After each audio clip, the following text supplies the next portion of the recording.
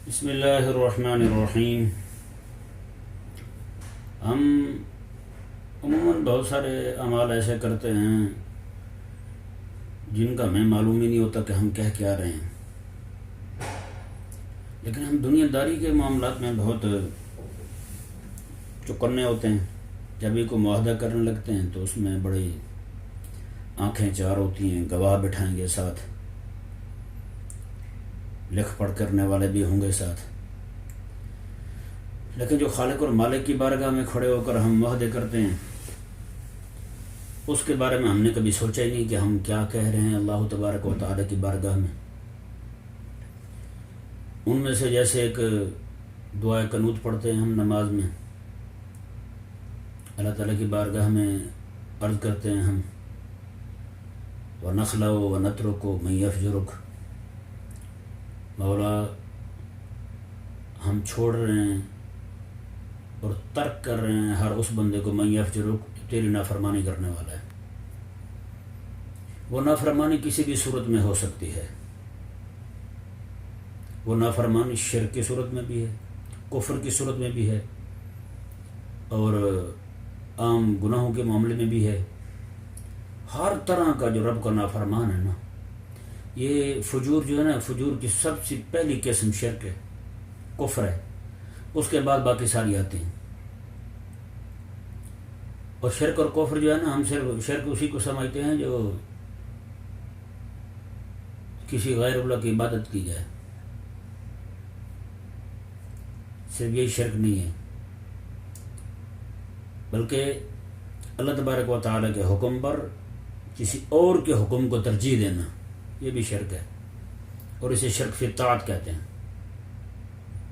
افسوس کے ساتھ کہ ہم نے اس کو بیان ہی نہیں کیا کہ یہ بھی شرک ہے، رب تبارک و تعالیٰ کے حکم پر کسی اور کے حکم کو بڑا جاننا، رب تبارک و تعالیٰ کی طاعت سے کسی اور کی طاعت کو اونچا سمجھنا۔ آج یہ بہت ہو رہا ہے، لوگ جو ہیں وہ اپنے لیڈروں کو، رہنماؤں کو، اور اس طرح کے جتنے بھی لوگ ہیں ان کو نعوذ باللہ من ذالک رب تبارک و تعالیٰ کے کلام سے، رب تبارک و تعالیٰ کے حکم سے بڑا جانتے ہیں۔ حضرت سیدنا خواجہ سلیمان توسیوی رحمہ اللہ، آپ کا طریقہ یہ تھا کہ جب بھی کوئی بندہ بیعت ہونے کے لیے آتا نا تو آپ ارشاد فرماتے کہ میں تجھے بیعت تو کرتا ہوں، لیکن یہ دیکھنا کہ تو رب تبارک و تعالیٰ کو اگر اپنے سے بڑھ کر نہ سمجھنا تو کم از کم اپنے جیسا نہ سمجھنا تو اپنے سے کم بھی نہ سمجھنا۔ تو جو بھی آتا اسے یہی کہتے۔ ایک بندہ آیا اس میں وہ بیعت ہونے کے لیے، تو وہ کہنے لگا جی بیعت ہونے آیا ہوں۔ آپ نے فرمایا کہ رب تبارک و تعالیٰ کو اگر اپنے جیسے نہ سمجھنا تو اپنے سے کم بھی نہ سمجھنا۔ اس نے کہا حضرت ایسا کیسے ہو سکتا ہے کہ رب تبارک و تعالیٰ کو اپنے جیسا سمجھوں یا اپنے سے کم سمجھوں؟ تو انہوں نے ایک دن اسے بٹھا دیے ایک حجرے میں، وہ بیٹھ گیا، اللہ اللہ کرنے لگا۔ اس کے لیے روٹی جو ہے وہ حضرت خواجہ سلیمان توسیوی رحمہ اللہ کے گھر سے آنے لگی۔ تو حضرت رحمہ اللہ نے ایک دن اسے شام کے وقت میں روٹیاں 4 بھیج دی، 2 روٹیاں وہ کھاتا تھا، 4 روٹیاں بھیج دی۔ جب 4 روٹیاں اس کے پاس آئیں تو اس نے کہا چلو 2 کھا لیتا ہوں، 2 رکھ لیتا ہوں۔ اس نے 2 روٹیاں کھا لیں، 2 بچا لیں۔ اب جب دوسرا وقت آیا تو دوسرے وقت میں اس کے لیے تازہ 2 روٹیاں پہنچ گئیں۔ 2 روٹیاں جب پہنچیں تو باہر سے فقیر نے صدا دی کہ اللہ کے نام پہ مجھے بھی کچھ دو۔ اس نے کہا چلو تازہ روٹیاں میں کھا لیتا ہوں، باسی اٹھا کے اس کو دے دیتا ہوں۔ اس نے باسی روٹی اٹھائی اور فقیر کو دے دی۔ تو حضرت خواجہ سلیمان توسیوی رحمہ اللہ نے اسے بلایا اور فرمایا کہ ہاں بتا بھائی، تو کہتا تھا کہ میں ایسا کیسے ہو سکتا ہے کہ رب تبارک و تعالیٰ کو اپنے سے کم سمجھوں؟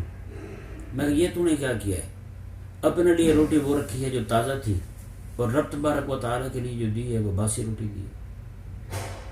اپنے لیے تو تازی پسند کرے اور رب تبارک و تعالیٰ کے نام پر جو دے رہا ہے وہ باسی دے رہا ہے۔ حضرت خواجہ سلیمان توسیوی رحمہ اللہ نے ارشاد فرمایا یہی تو ہے، یہی چھوٹی چھوٹی چیزیں جو ہے نا، یہی چیزیں بندے کو پتہ نہیں کہاں سے کہاں جا گراتی۔ ہم بہت سارے معاملات میں رب تبارک و تعالیٰ کے دین کو چھوڑ کر کے لوگ جو جمہوری لوگ ہیں وہ اپنے لیڈروں کو پوج رہے ہیں، اور جو پیری مریدی والے مذہبی ذہن کے لوگ ہیں وہ اپنے پیروں کو بڑا سمجھ رہے ہیں، پیر کے حکم کو بڑا جان رہے ہیں۔ جیسے کہ پہلے بھی بیان کیا تھا ہم نے کہ ہمارے ایک دوست تھے تو انہوں نے کچھ احادیث مبارکہ ایک گروپ میں شیئر کر دی، آگے وہ مرید تھے کسی کی، وہ سارا ٹولہ ہی کسی پیر کا مرید تھا، تو انہوں نے کہا کہ یہ تو حدیث ہے حضور کی، انہوں نے کہا کہ یہ حدیثیں کیوں بھیجی آپ نے؟ انہوں نے کہا یہ رسول اللہ علیہ السلام کے فرامین شریف ہے۔ انہوں نے کہا آپ بس یہ دیکھو کہ پیر صاحب کیا کہتے ہیں، بس خلاص، اس کے علاوہ کچھ نہیں۔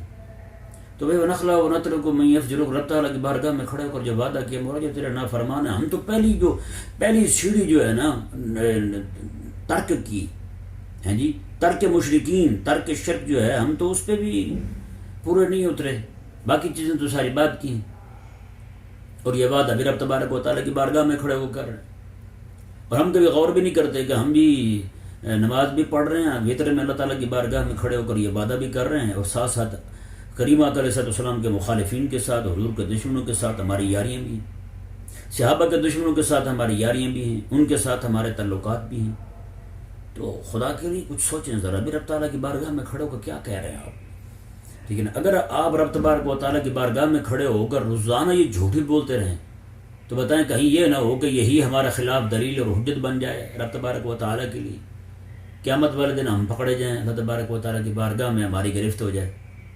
اللہ تبارک و تعالیٰ کی بارگاہ میں التجا ہے کہ مولا تعالیٰ ہم سب کو اس کے حکم کو سب سے اونچا سمجھنے کی توفیق عطا فرمائے، حبیب کریم علیہ السلام کے دین کو سب سے اونچا سمجھنے کی توفیق عطا فرمائے۔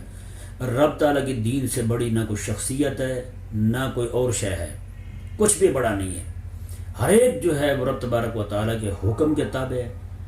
اس کی بات، شیخ کی بات تب مانی جائے گی جب وہ رب تبارک و تعالیٰ کے حکم کی اطاعت کرے گا، کسی بھی رہنما کی بات تب مانی جائے گی جب وہ رب تبارک و تعالیٰ کے حکم کے تابع ہوگا۔